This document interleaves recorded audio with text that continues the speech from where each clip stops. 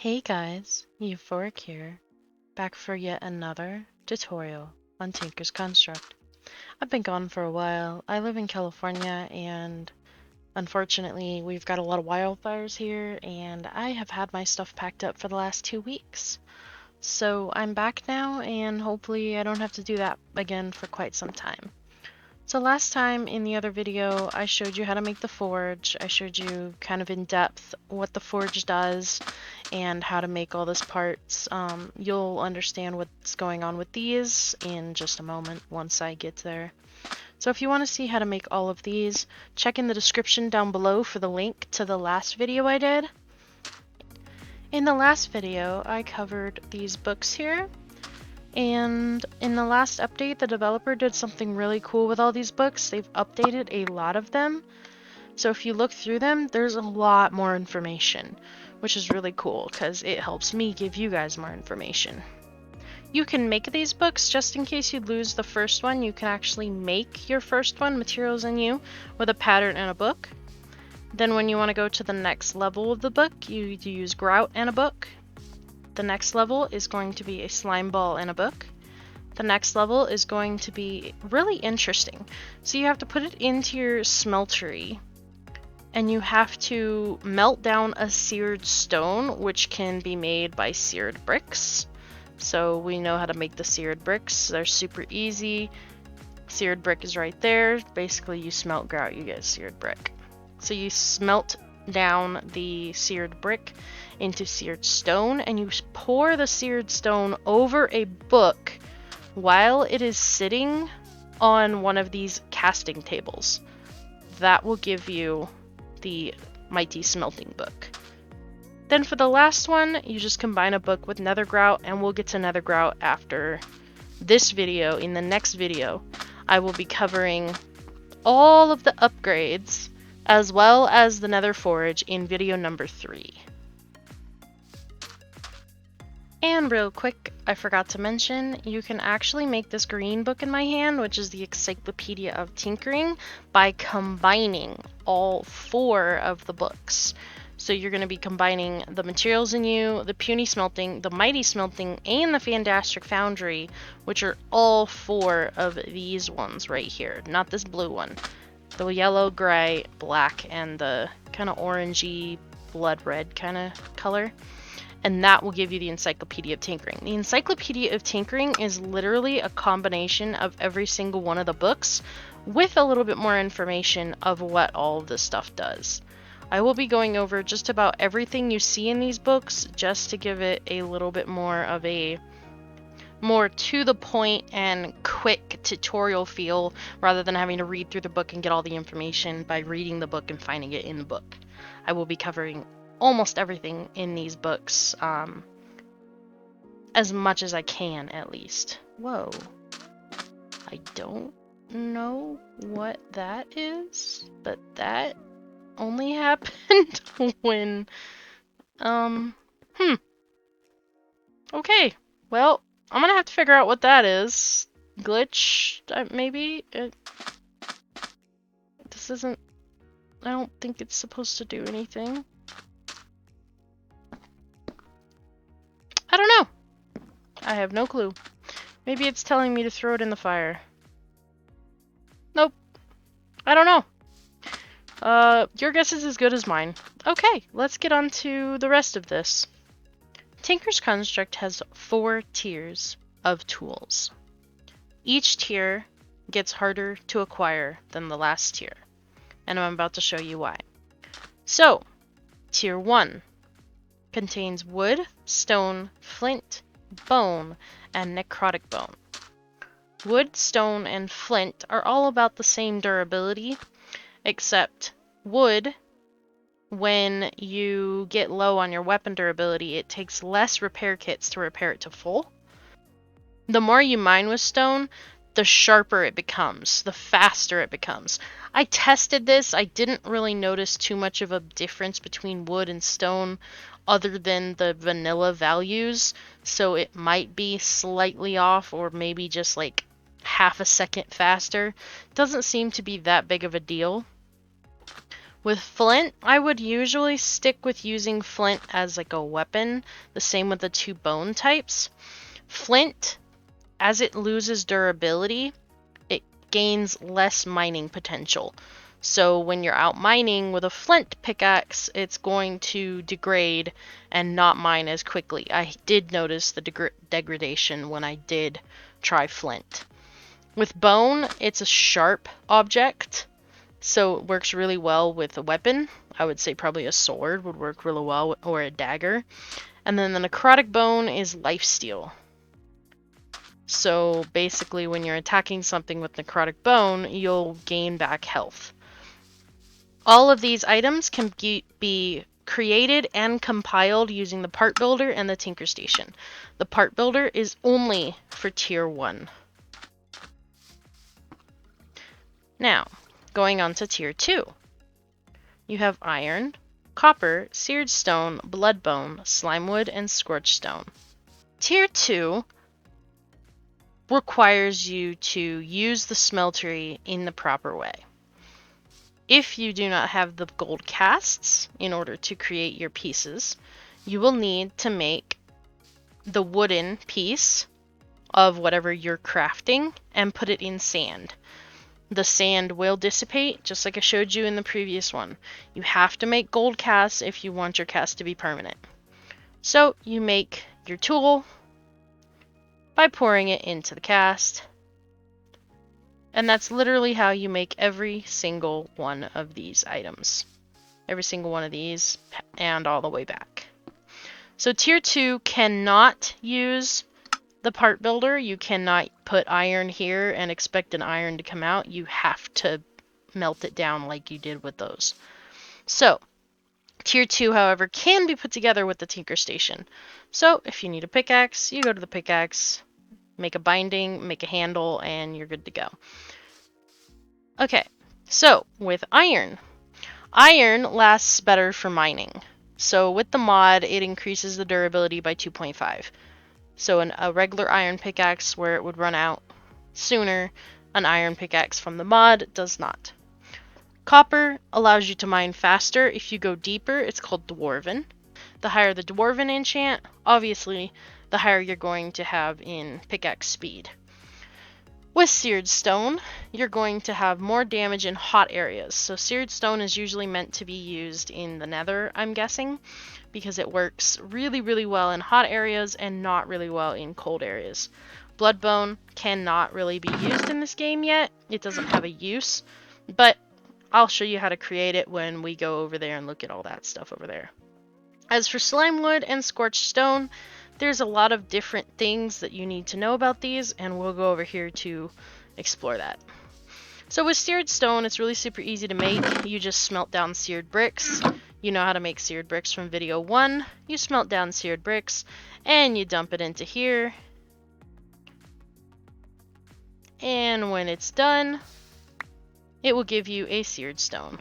When you want to make Seared Stone alternatively, you can put clay into the melter, and you can melt it over gravel to make seared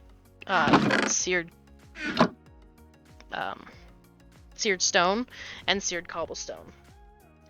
Gravel will get you seared stone. Cobblestone will get you seared cobblestone.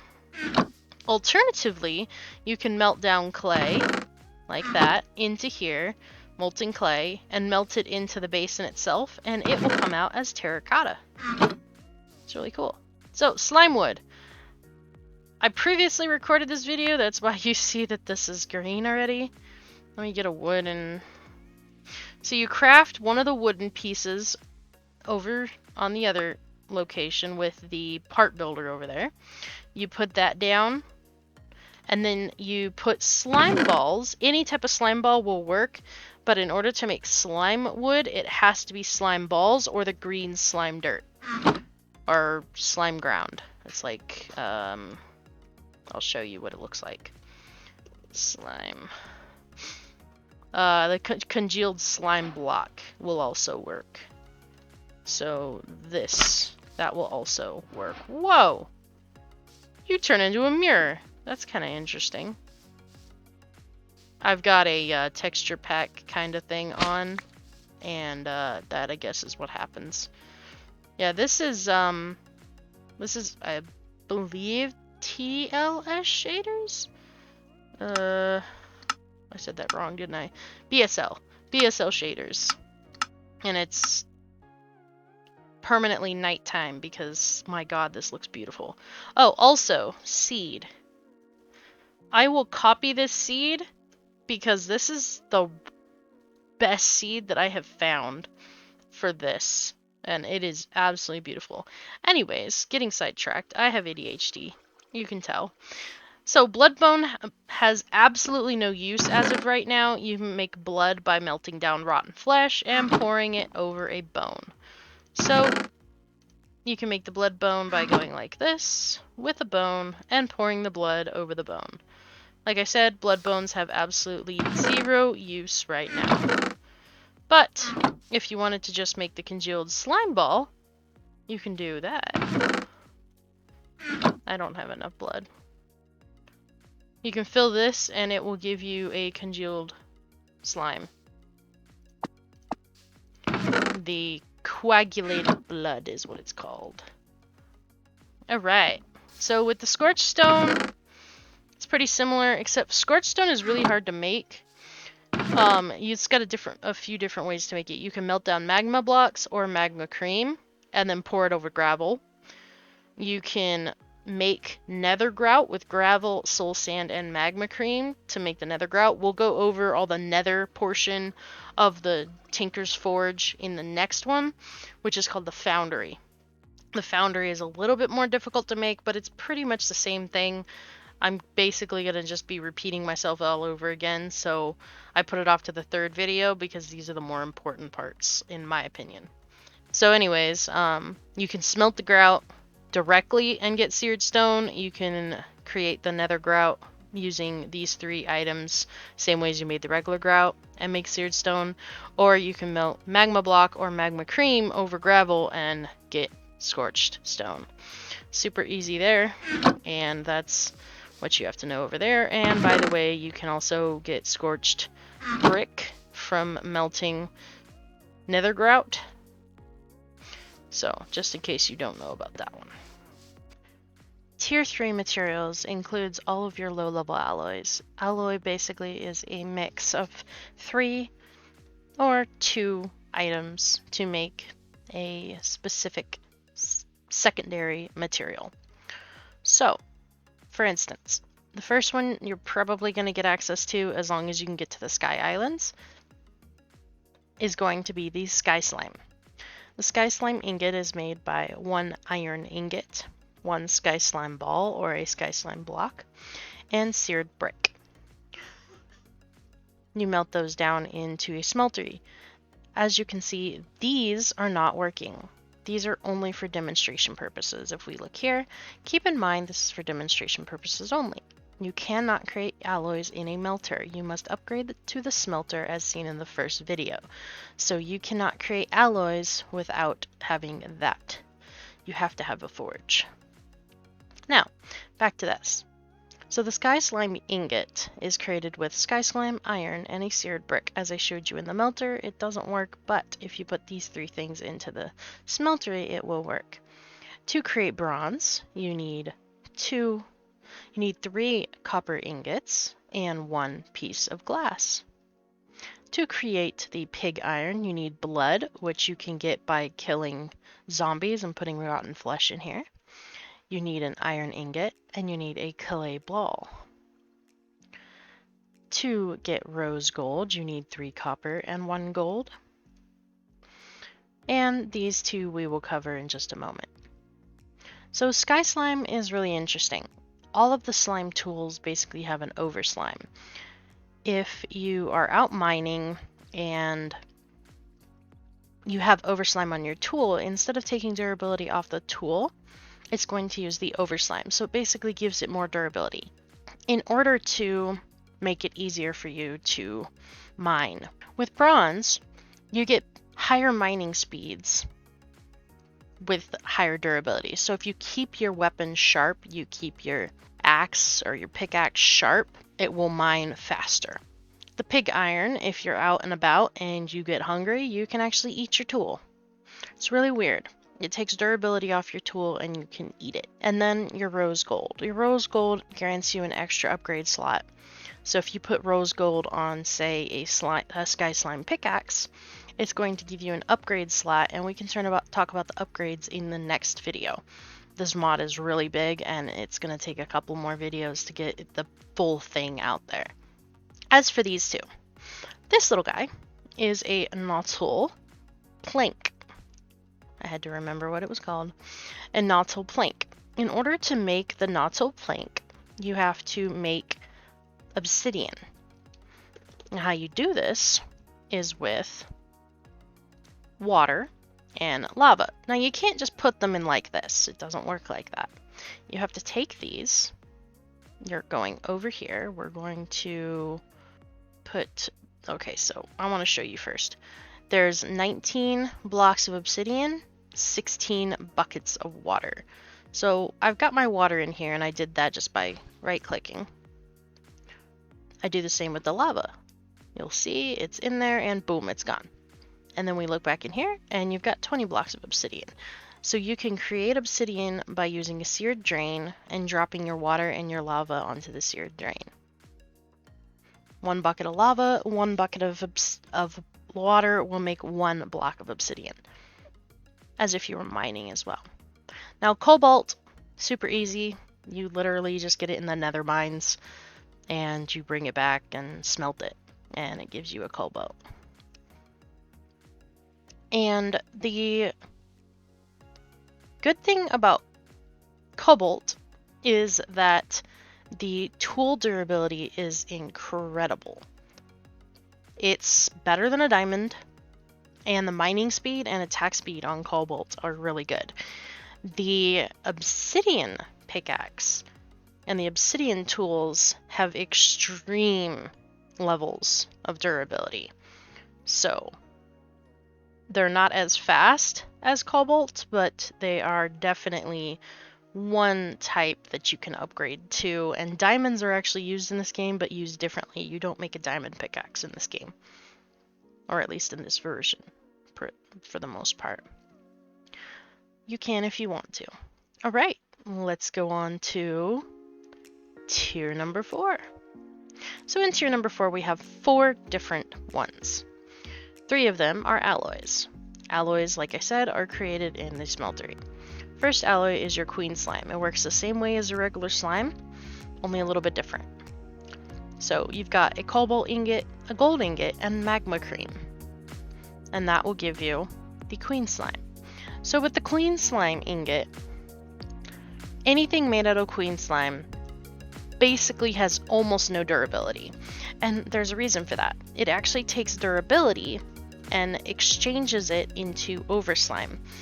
A queen slime pickaxe, as you're mining, will heal itself with over slime. So you're using over slime, and as you mine, it makes more over slime. So you're essentially never using the durability unless you're mining way too fast. It works really well with the healing upgrades, and we'll show you that in the next video. The Hepatizon, I believe that's how you say it. Hepatizon, basically, the longer you are mining, the higher your mining speed. So if you're just digging a tunnel, like we all do, those, 1x2 tunnels, just going down into the world, just a little step ladder. If you're digging that, you're going to be a lot faster at it, because it's constantly mining a block over and over and over and over. And that's going to make that much faster. With the Manulin, I believe that's how you say it, it's higher attack as long as you're attacking something for a long time. So it works really well as a boss killer. It is incredible against the Wither if you can get close enough to the Wither to hit it. And it is really good against the dragon. And Blazing Blood. Blazing Blood is one of the weirder ones, and I personally can't find a use for it, but maybe somebody else can. Blazing Blood you get by killing Blaze or putting a Blaze head into your smeltery. And basically what it does is if you are on fire or standing in lava, you do more damage. But you can't use fire resistance because that reduces the validity of the damage that you're getting. So it's weird. Anyways, Hepatizon is made with copper ingot, cobalt ingot, and obsidian block. And Manulin is made with 3 cobalt ingots and an ancient debris. Ancient debris is mined in the Nether. Alright, so that pretty much concludes this entire video. That's tier 1 through 4, all of the materials. I will be leaving the link to the next video in this video at the very end in the description, as well as hopefully a on-screen pop-up that shows you that this is the next video in the chapter as soon as it is available. I will be putting all of these in a playlist for Tinker's Construct. If this video helped you, please give me a like down below and tell me in the comments what I can do better, or what I helped you with, or any suggestions you have, or any ideas you have for the upcoming videos. I will be doing the video on the upgrades and going further into this mod with like the Nether Forge and all of that stuff as well. That is going to be in update 3. So if you liked it, like the video, subscribe. I do lots of gaming videos, lots of tutorial videos, and I try to gear my channel more towards a sleep channel. So if you want to find something to sleep to, and you're looking for something that doesn't have a whole lot of action, doesn't have screaming, doesn't have loud noises, loud music, different volume changes, that kind of stuff, I'm mostly the channel to watch. And thanks for watching. Bye guys!